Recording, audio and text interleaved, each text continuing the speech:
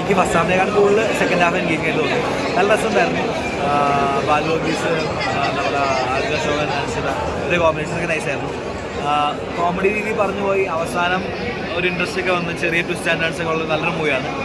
മിസ്റ്ററീസും നൈസായിരുന്നു. So തിയേറ്ററിൽ വന്ന് enjoy ചെയ്ത് പറ്റിയ മൂവിയാണ്. ഫാമിലിക്ക് ഇഷ്ടപ്പെട്ടു. എനിക്ക് പേഴ്സണലി നന്നായി വർക്കൗട്ടായി. കോമഡീസ് ഭയങ്കര comedy, out and out entertainer ഒന്നുമല്ല. ചെറിയ കോമഡീസ് ഉണ്ട്, അതിൻ്റെ കൂടി ചെറിയ മിസ്റ്ററി നല്ലൊരു കീപ്പ് ചെയ്ത് പോയിട്ടുണ്ട്. നല്ല രസമുണ്ടായിരുന്നു. അതാണ് ഇവരുടെ കോമ്പിനേഷൻ സീൻസ് ആയാലും അത് പറഞ്ഞു ബാലു വർഗീസ്, സജസ്റ്റ് അനുസരിച്ച് മൂന്നുപേരും നല്ല രസമുണ്ടായിരുന്നു. ഒരു കോമ്പിനേഷൻ സീൻസ് നൈസായിരുന്നു. ഡീറ്റെയിൽ പോയി അനസറിന് ഇത് രണ്ടാമത്തെ വമ്പൻ ഹിറ്റ് ആണെന്ന് തോന്നുന്നു അല്ലേ? രണ്ടാമത്തെ ഹിറ്റ് ആണ് 2025.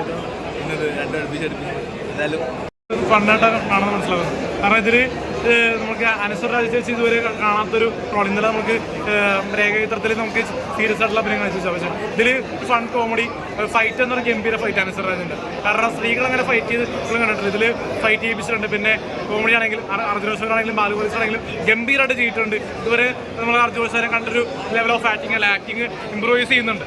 കാരണം സാധാരണ ഒരു അർജുനോത്സവം നമ്മുടെ അശ്വതിയുടെ മോനാണല്ലോ. പടം കണ്ട